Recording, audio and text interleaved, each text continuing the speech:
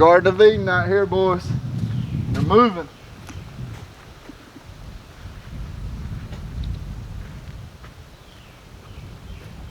See, here at the homestead, we believe in natural vegetation, and also we put out many forms of habitats, creature habitats. So if you got any old junk, just crumple it up, pile it in the woods, you'll have snakes. It's something we like to give back to nature. All of the fruits of my hard labor. You know what I really like to do? Come around here. This is a little secret of the Sawyer. Most sawmen won't tell you this, but on very stressful days, you get right here, wind's coming from the southwest, blowing through the stack.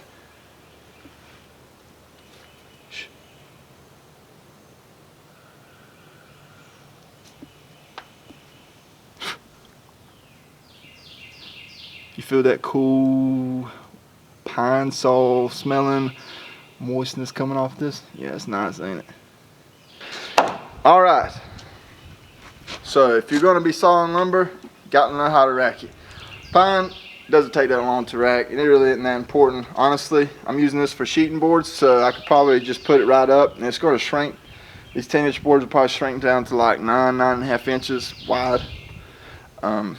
But while if you're not going to be able to put them up immediately, you better rack them. Bandsaw sawmills are a lot worse for it because they'll leave a fine powder on it that will turn greenish black and whatnot with fungus that get in here. The circular saws aren't as bad because the kerf on them is so large it shoots out chips, and they most of the time get off of the boards and don't hold that moisture that well. But we like to rack them since we're not going to put them up right away. These are 16-foot boards, so I got 4.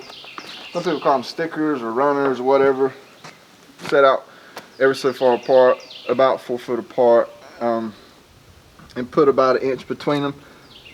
And make sure when you're doing it that you put them where they line up, where air can get all the way around them and blow through them, and that'll really help them dry out and kind of lose that moisture and whatnot without warping and getting a lot of discoloration from fungus on them.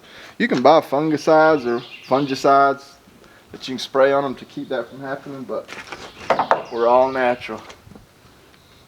Oh yeah, these things, these little runners or stickers, whatever you call them, these are pretty much just byproducts of sawing. So when I first get some of those first cuts off of them, they'll have a live edge on them, and they'll be wider than what I need. So when I'm running them back through the sawmill, if I have like 4 inches left over that I need to cut off, I'll just cut them off in 1-inch sections and make these little runners and just pile them up. Then I can use them for this, and I just put them on there, and then I'll hang them off, and then when I go back when I'm done and just saw them all off with a chainsaw. Works out really well. And then at the end you got some left over, you can use them for backer sticks if you're into curing tobacco.